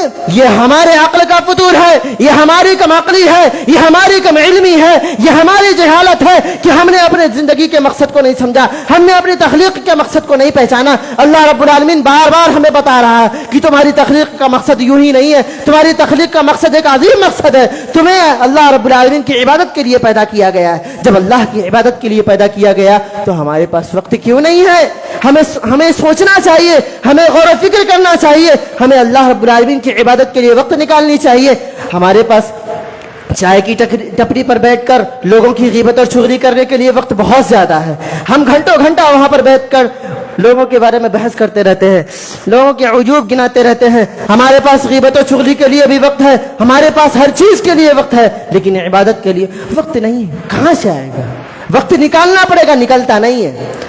اور بالخصوص اللہ کی عبادت کے لیے، کیونکہ شیطان ہمیشہ ہمارے پیچھے لگا ہوا ہے، ہمیں گمراہ کرنے کی ہمیشہ وہ کوشش کرتا ہے، اس لیے ہمیں چاہیے کہ ہم اللہ کی عبادت کے لیے وقت نکالنے کی کوشش کریں، کیونکہ وقت نکلے گا نہیں، نکالنا پڑے گا، تو ہمیں اللہ کی عبادت کے لیے وقت نکالنا چاہیے۔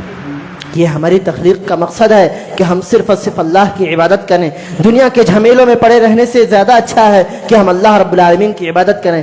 ہمارا حال یہ ہے کہ اللہ نے کہا ہے کہ پہلے نماز پڑھو، اس کے بعد رزق تلاش کرو۔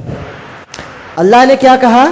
اذا نودی للصلاة من یوم الجمعہ فاسعوا الى ذکر اللہ وذروا البیع، کیا کہا کہ جب جمعہ کی اذان دے دی جائے تو نماز کی طرف دوڑ پڑو، نماز کے لیے دوڑ پڑو۔ فسعوا الی ذکر اللہ، فسعوا الی ذکر اللہ، اللہ رب العالمین کی ذکر کی طرف دوڑ پڑو۔ اس کے بعد آخری آیت میں فرمایا فَإِذَا قُضِيَتِ الصَّلَاةُ فَانتَشِرُوا فِي الْأَرْضِ وَابْتَغُوا مِن فَضْلِ اللَّهِ، کہا کہ جب اللہ رب العالمین کا ذکر کر لو، جب نماز پوری کر لو تو بیٹھنا نہیں ہے، اٹھو، گھومو، پھیل جاؤ دنیا میں اور اللہ رب العالمین کے رزق کو تلاش کرو۔ لیکن ہمارا حال یہ ہے کہ ہم نماز چھوڑ کر اللہ رب العالمین کے ذکر کو تلاش کرنے میں لگے رہتے ہیں۔ اگر ہم نماز پڑھنے کے بعد اللہ رب العالمین کے ذکر کو تلاش کریں گے تو اللہ رب العالمین ہمیں برکت سے نوازے گا, ہمیں مال و دولت سے نوازے گا, ہمیں امیر بنا دے گا, ہمیں غنی بنا دے گا, ہماری ساری پریشانیوں کو دور کر دے گا. لیکن اگر ہم نماز چھوڑ کر رزق تلاش کرنے کی کوشش کریں گے تو یاد رکھیے, ہم جب غلط کریں گے, ہم جب الٹا کام کریں گے, اللہ رب العالمین کے احکامات کو غلط طریقے سے عمل کرنے کی کوشش کریں گے تو سمجھ لیجئے کہ ہمارا انجام برا ہوگا. ہم نماز چھوڑ کر رزق تلاش کرنے جاتے, نہیں مل سکتا. پہلے نماز پڑھیے پھر رزق تلاش کریے, کیونکہ اللہ نے کہا کہ نماز پڑھنے کے بعد بیٹھنا نہیں ہے, گھومو, اللہ رب العالمین کے رزق کو تلاش کرو. ہم پہلے رزق تلاش کر رہے ہیں, بعد میں نماز کے بارے میں سوچتے بھی نہیں ہیں. اور اگر کسی نے کبھی کہہ دیا تو بہت سوچتے ہیں اور اس کے بعد کہتے ہیں ہمارے پاس وقت نہیں ہے. کیسے آئے گا؟ کیونکہ ہمارا ذہن یہ بن چکا ہے کہ اللہ رب العالمین نے صرف اس لیے یہاں بھیجا کہ ہم یہاں کھائیں پیئیں جم کر جئیں اور یہاں کھیلے کودیں, یوں ہی جیسے ہم زندگی گزار رہے ہیں اپنے طریقے سے, اپنے دل سے, اپنے عقل سے, جیسے ہم چاہیں ویسے زندگی گزاریں, جیسے ہم چاہیں اسلام پر عمل کریں اور اس کے بعد یوں ہی مر جائیں گے. اللہ رب العالمین ہمارا دوبارہ حساب و کتاب نہیں کرے گا. نہیں, یہ غلط بات ہے, ہم نے یہ غلط سوچا ہے. کیونکہ اگر ہم اللہ رب العالمین کی عبادت کی طرف نہیں جاتے, اگر ہم اپنے تخلیق کے مقصد کو نہیں سمجھتے تو گویا ہم اس چیز کا انکار کرتے ہیں کہ اللہ رب العالمین ہمیں دوبارہ قیامت کے دن اٹھائے گا, دوبارہ زندہ کرے گا اور ہمارا حساب و کتاب لے گا. یہ ایمان کا رکن بھی ہے. گویا جب ہم یہ سمجھ رہے ہیں کہ ہماری تخلیق کا مقصد کچھ نہیں ہے تو ہمارے ایمان کے اندر بھی خلل واقع ہو رہا ہے. ہمیں چاہیے کہ اپنے ایمان کو بچانے کی کوشش کریں, اپنے عمل کو درست کریں. سب سے بڑا اور سب سے اہم مقصد کیا تھا کہ اللہ رب العالمین کی عبادت کرنی ہے. اس کے بعد دوسرا مقصد ایک اور, حالانکہ سب سے بڑا مقصد اللہ کی عبادت کرنی ہے, اسی کے اندر سے ایک اور چھوٹا سا جزو نکلا ہے, امر بالمعروف نہی عن المنکر کا فریضہ بھی انجام دینا ہے. اللہ رب العالمین نے ارشاد فرمایا کنتم خیر امہ اخرجت للناس تأمرون بالمعروف وتنہون عن المنکر وتؤمنون باللہ. کیا کہا کہ تم خیر امت ہو, تمہیں لوگوں کی جماعت سے نکالا گیا ہے. کیوں؟ تأمرون بالمعروف وتنہون عن المنکر, کیونکہ تم بھلائی کا حکم دیتے ہو اور برائی سے روکتے ہو اور اللہ پر ایمان لاتے ہو. آج ہمارا المیہ یہ ہے کہ ہم نے امر بالمعروف اور نہی عن المنکر کے معنی کو ہی غلط سمجھا ہے. اس کا مطلب ہم نے یہ سمجھا ہے کہ یا تو صرف لوگوں کو برائی سے روکنا ہے اور بھلائی کی طرف بلانا ہے, خود نیک کام نہیں کرنا ہے اور خود برائی سے نہیں رکنا ہے. یہ ایک معنی جو ہم نے سمجھا ہے. یا ہم یہ سمجھتے ہیں کہ بس ہم نیک کام کر لیے اور برائی سے رک گئے, دوسروں سے ہمیں کوئی مطلب نہیں. نہیں, ایسا نہیں ہے. امر بالمعروف اور نہی عن المنکر کا مطلب یہ ہے کہ پہلے خود عمل کرنا پڑے گا, اس کے بعد لوگوں کو نیک کام کی طرف بلانا پڑے گا, نیک کام کا حکم دینا پڑے گا, اور اسی کے ساتھ ساتھ پہلے خود برائی سے رکنی پڑے گی, اس کے بعد لوگوں کو برائی سے روکنا ہے. تب جا کر کے ہمارے باتوں میں تاثیر پیدا ہوگی جو اس کے دل میں لگے گی, جو اس کے دماغ کو ہلا دے گی کہ نہیں, یہ بندہ تمہیں نماز کی طرف بلا رہا ہے, تمہیں برائی سے روک رہا ہے. کیونکہ اللہ رب العالمین نے ارشاد فرمایا یا ایھا الذین آمنوا لم تقولون ما لا تفعلون, اے لوگو جو ایمان لائے ہو وہ بات تم کیوں کہتے ہو جو تم خود نہیں کرتے. تو ظاہر سی بات ہے کہ جب ہم خود عمل نہیں کریں گے, نیک کام نہیں کریں گے اور لوگوں کو نیک کام کی طرف دعوت دیں گے, خود برائی سے نہیں رکیں گے اور لوگوں کو برائی سے روکنے کی کوشش کریں گے, تو سامنے والا ضرور کہے گا پہلے بھائی تم خود تو کرو, پہلے خود تو برائی سے رکو. الٹا جواب ہمیں ملے گا. اس لیے ضرورت اس بات کی ہے کہ ہم امر بالمعروف اور نہی عن المنکر کے مطلب کو صحیح طریقے سے سمجھنے کی کوشش کریں, تب جا کر ہماری زندگی کامیاب ہوگی, تب جا کر ہماری دعوت بھی کامیاب ہوگی. اگر ہم صحیح طریقے سے نیک کام کرتے ہیں, اللہ رب العالمین نے جو حکم دیا ہے اس پر نبی کریم صلی اللہ علیہ وآلہ وسلم نے جس طریقے سے عمل کر کے دکھایا ہے ویسے اگر ہم عمل کرتے ہیں تو ظاہر سی بات ہے ہماری زندگی یقیناً خوشگوار بن جائے گی. لیکن اگر ہم اپنے طریقے سے اپنی مرضی کے مطابق دین اسلام کو چلانے کی کوشش کریں گے تو یہ ہماری غلط فہمی ہے, یہ ہو ہی نہیں سکتا. اگر ہم ایسا کرتے ہیں تو یہ ہماری غلطی ہے اور اللہ رب العالمین کے یہاں ہمیں سزا بھگتنی پڑے گی. اسی طریقے سے تیسرا مقصد اور آخری مقصد, کیونکہ وقت زیادہ نہیں ہے, اعلاء کلمت اللہ. اعلاء کلمت اللہ کا مطلب یہ ہے کہ اللہ رب العالمین کے دین کو نشر کرنا ہے، لوگوں تک پھیلانا ہے. لیکن ہمارا حال یہ ہے کہ ہم خود برائی میں پڑے ہوئے ہیں. تو سب سے پہلے اپنی اصلاح کرنی ہے. سب سے پہلے اگر ہم اپنی اصلاح کر لیں گے تو اس کے بعد اگر ہم کسی کی طرف دین اسلام کو پھیلائیں گے تو ہماری باتوں کے اندر تاثیر زیادہ ہوگی اور اللہ رب العالمین کے کلمات بلند ہوں گے. اور اللہ رب العالمین کے کلمات بدلے نہیں جاتے. لا تبدیل لکلمات اللہ. اللہ رب العالمین نے کہا کہ لا تبدیل لکلمات اللہ. اللہ رب العالمین کے کلمات بدلے نہیں جاتے. کلمات سے مراد کون کیا ہے؟ اسلام. اسلام کے احکامات بدلے نہیں جاتے. اگر ہم کچھ غلط سوچ لیا، ہم نے کچھ اور طریقے سے اس پر عمل کرنے کی کوشش کی تو ہمارے سوچنے سے وہ احکام نہیں بدل جائیں گے، اسلام کا وہ حکم نہیں بدل جائے گا. اسی طریقے سے دنیا میں رضا الہی اور آخرت میں دیدار الہی حاصل کرنا بھی سب سے اہم مقصد ہے عبادت کے بعد. یعنی اگر ہم اچھے کام کریں گے، نیک کام کریں گے تو دنیا میں ہمیں رضا الہی نصیب ہوگی. اور جب اللہ رب العالمین کی رضا نصیب ہو گئی، جب اللہ رب العالمین کی خوشنودی ہمیں حاصل ہو گئی تو سمجھ لیجئے کہ اللہ رب العالمین کا ہمیں دیدار بھی حاصل ہو جائے گا، جو دنیا اور آخرت کی سب سے بڑی نعمتوں میں سے ہے. اللہ رب العالمین کا دیدار سب سے بڑی نعمت ہے. ہم میں سے کون نہیں چاہتا کہ ہم اپنے خالق کو دیکھیں، ہم اپنے مالک کو دیکھیں، ہم اپنے مالک کا دیدار کریں، ہم اپنے حاکم کا دیدار کریں، ہم اپنے رازق کا دیدار کریں. کون نہیں چاہتا؟ ہر کوئی چاہتا ہے. ہر کوئی چاہتا ہے کہ وہ جنت میں داخل ہو، وہ جنت کے اندر داخل ہو اور جہنم سے بچا لیا جائے. صرف خیالی پلاؤ پکا لینے سے نہیں پک جاتا، بلکہ اللہ رب العالمین کے جو احکامات ہیں جس پر رسول اللہ صلی اللہ علیہ وآلہ وسلم نے جس طریقے سے عمل کر کے دکھایا ہے اسی طریقے سے ہمیں بھی چلنا پڑے گا، اسی طریقے سے ہمیں بھی عمل کرنی پڑے گی.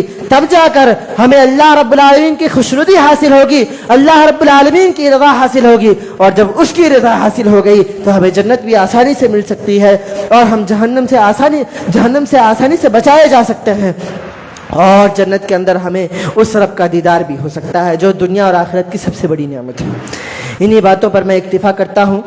اور سب سے اہم عظیم مقصد جو تھا پھر سے یاد دہانی کے طور پر میں بتا دینا چاہتا ہوں، وہ ہے اللہ رب العالمین کی عبادت. کہ ہماری زندگی کا مقصد، ہماری تخلیق کا مقصد صرف اور صرف یہی ہے کہ ہم صرف اللہ رب العالمین کی عبادت کریں، بقیہ تمام کام اس کے بعد ہیں. لیکن ہم تمام کام پہلے کرتے ہیں اور اللہ رب العالمین کی عبادت کے بارے میں سب سے لاسٹ میں سوچتے ہیں. کرتے نہیں، سوچتے ہیں.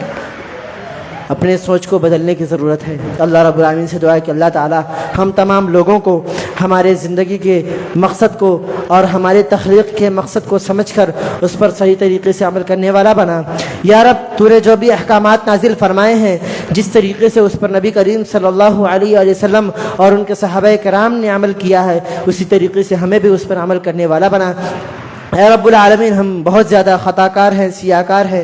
ہمارے گناہوں کو بخش دے، ہمیں توفیق دے کہ ہم زیادہ سے زیادہ نیک کام کر سکیں اور زیادہ سے زیادہ برائی سے بچ سکیں. کیونکہ تیری توفیق کے بغیر نہ تو ہم نیک کام کر سکتے ہیں اور نہ ہی تیری توفیق کے بغیر ہم کسی بھی برائی سے بچ سکتے ہیں. اس لیے ہمیں توفیق دے کہ ہم نیک کام کر سکیں اور برائی سے بچ سکیں. وقولوا قولی ھذا واستغفر اللہ لی ولکم ولسائر المسلمین فاستغفروہ انہ هو الغفور الرحیم. السلام علیکم ورحمۃ اللہ وبرکاتہ.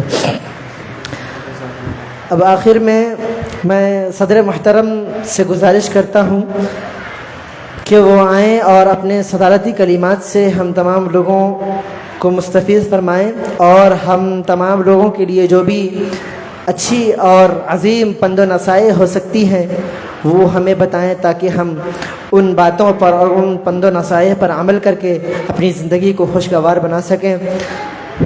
فضیلت الشیخ حافظ محمد فؤاد اسلم محمدی مدنی حفظہ اللہ اسٹیج پر. السلام علیکم.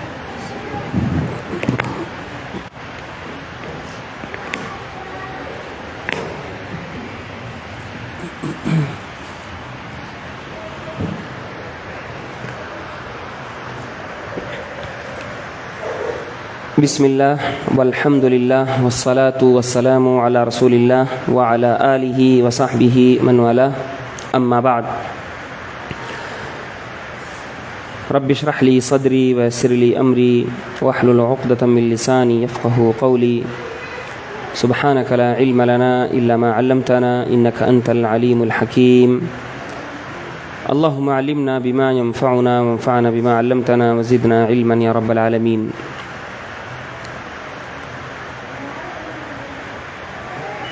قال الله تعالى: ومن يعش عن ذكر الرحمن نقيض له شيطانا فهو له قرين.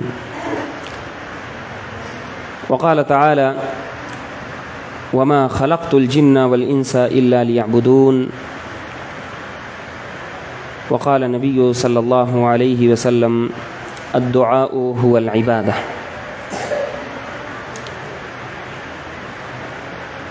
بزرگان دین،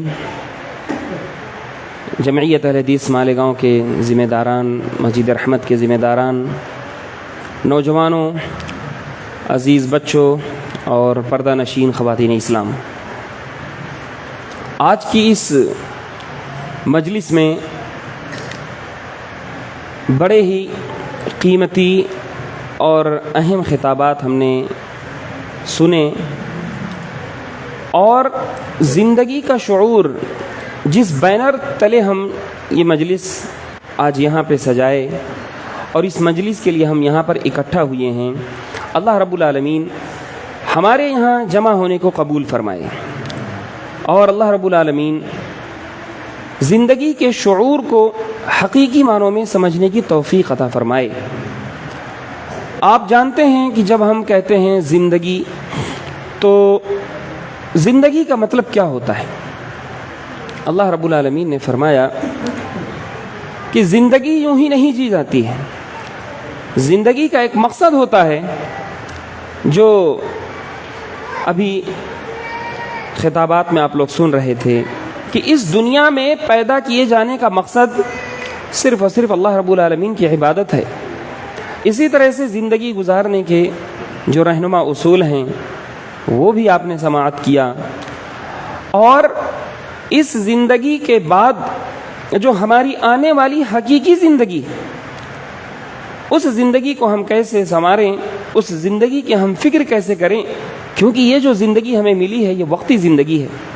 اس زندگی کے بعد جو آنے والی زندگی ہے وہ ہماری حقیقی زندگی ہے، اور ہماری ساری تگ و دو، ہماری ساری قد و کاوش اسی زندگی کے لیے ہونی چاہیے۔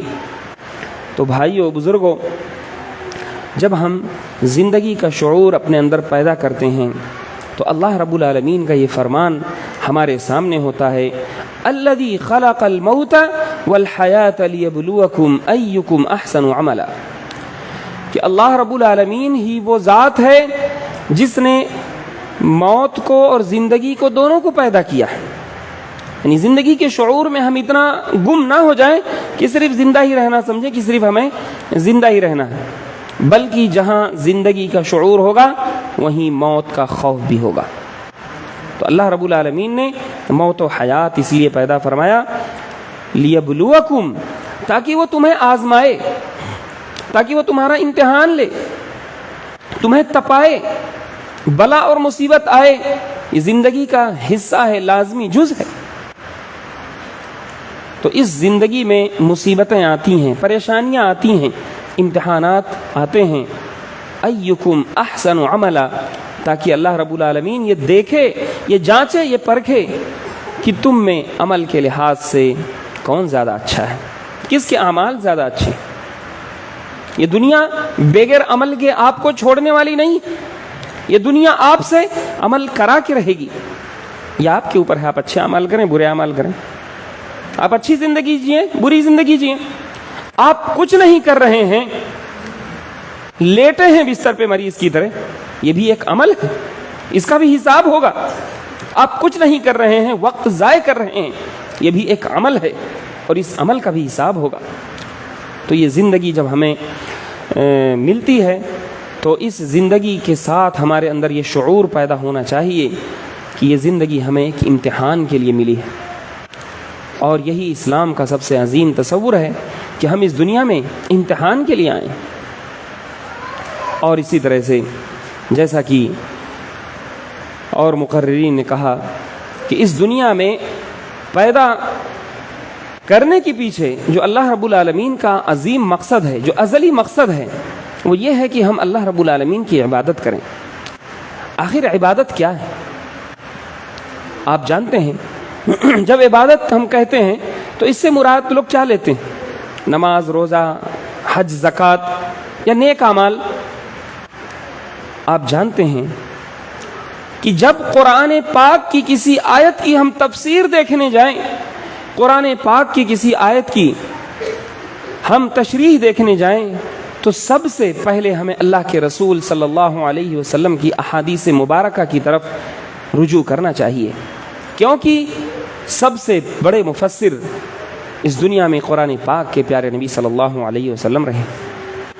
آپ نے فرمایا، دعا کے بارے میں فرمایا، آپ صلی اللہ علیہ وسلم نے دعا کی اہمیت کے بارے میں فرمایا کہ الدعاء هو العبادہ۔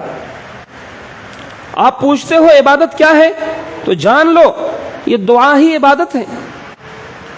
قرآن کریم کی بے شمار آیتیں ہیں جہاں اللہ رب العالمین نے عبادت کے مقام پر دعا کا لفظ استعمال کیا ہے، دعا کے لیے عبادت کا لفظ استعمال کیا ہے، اور انہی ساری چیزوں کا خلاصہ اللہ کے رسول صلی اللہ علیہ وسلم، جن کو جوامع الکلم عطا کیا گیا تھا، 2 کلمات کے ذریعے، 3 کلمات کے ذریعے آپ صلی اللہ علیہ وسلم نے بیان فرما دیا، الدعاء هو العبادہ، یہ دعا ہی عبادت ہے۔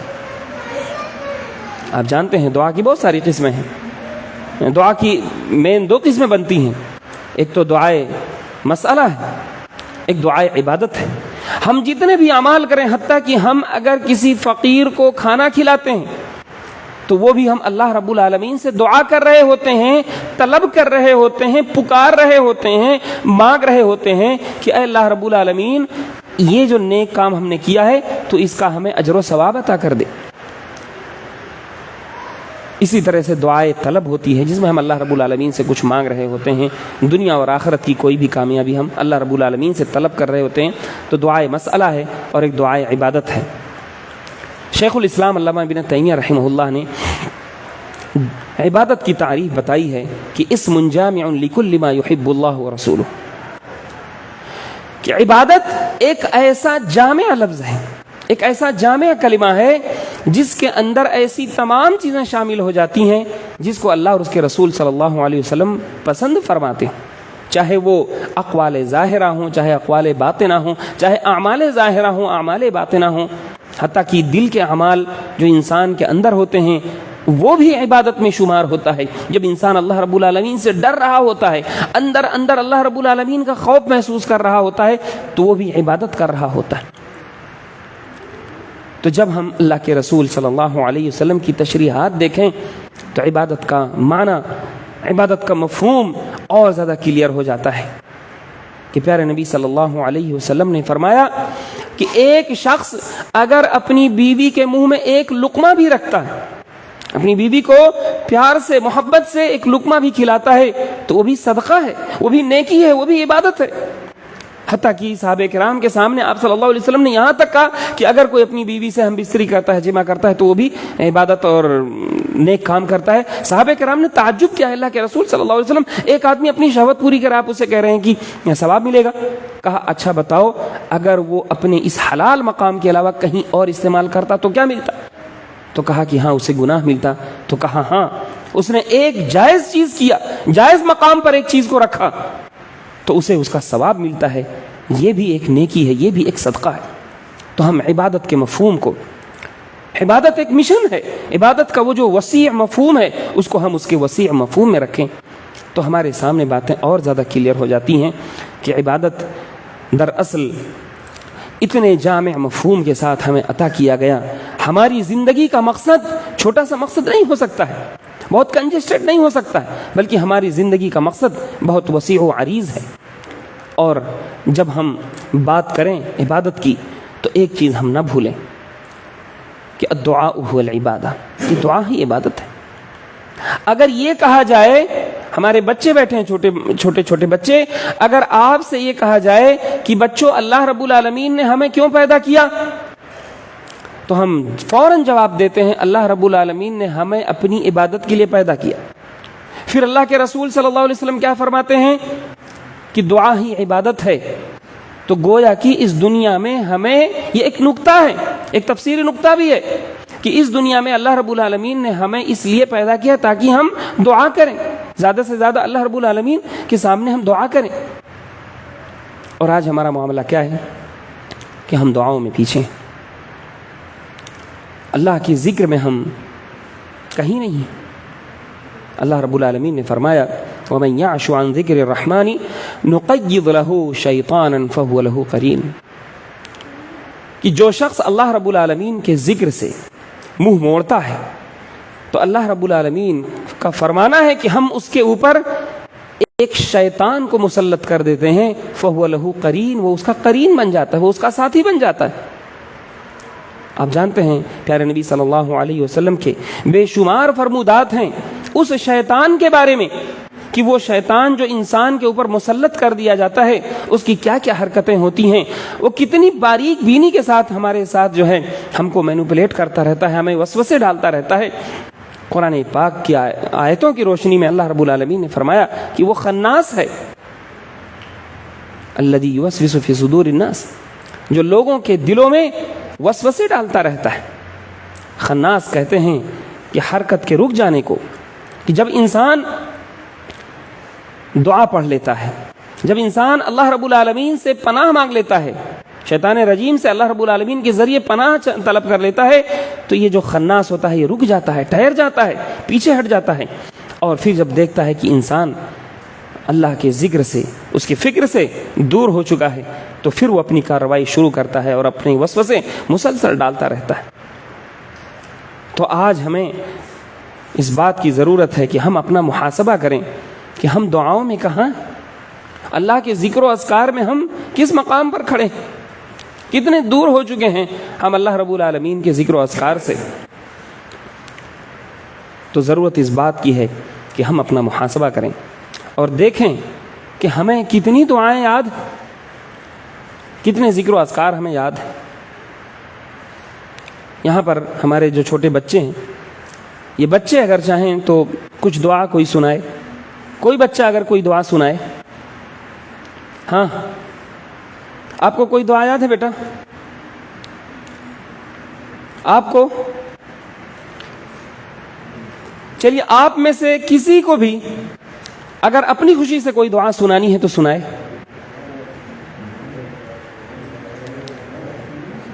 کوئی دعا سنائے. رات کو سونے کے وقت کون سی دعا پڑھتے ہیں، یاد ہے؟ ہاں، آپ سنائیں گے؟ بہت اچھے، شاباش. آ جائیے، یہاں آئیے، یہاں آئیے. ہاں سنائیے. سودے کی دعا اللہم بسمک اموت واحیا. ہاں پھر سے سنائیے. ہاں، اللہم بسمک اموت واحیا. بہت اچھے، شاباش، ویری گڈ. اور کوئی ہے جو دعا سنا سکتا ہے، جسے دعا یاد ہو؟ آپ یہاں آئیے. آپ کو کھانے سے پہلے کی دعا یاد ہے؟ بہت آسان سی دعا ہے، چھوٹی سی ہے. آ جائیے. کھانے سے پہلے کون سی دعا پڑھتے ہیں؟ بسم اللہ والا برکت. ہاں ویسے سنائیے، ویسے جیسے آپ کو آسانی ہو. بسم اللہ والا برکت. بہت اچھے. تو کھانے سے پہلے ہم جو ہے صرف بسم اللہ کہتے ہیں، اور یہ کھانے کی چھوٹی سی دعا ہے. اور آپ میں سے کوئی ہے جو کھانے کی بعد کی دعا سنا سکے؟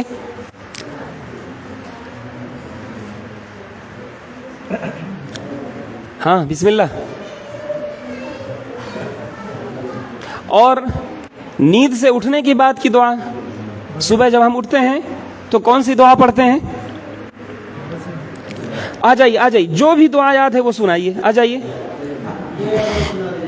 وہ جو دعا آپ آ گئے یہی بہت بڑی بات ہے. آ جائیے، ماشاء اللہ. کوئی بھی دعا سناؤ جو یاد ہے. کچھ بھی سناؤ. الحمدللہ الذی احیانا بعد ما اماتنا والیہ النشور. بہت اچھے، ماشاء اللہ، جزاک اللہ خیر. اللہ تعالیٰ مزید توفیق دے اور ثابت قدم رکھے. اور ہیں کوئی جو دعا سنانا چاہتے ہوں؟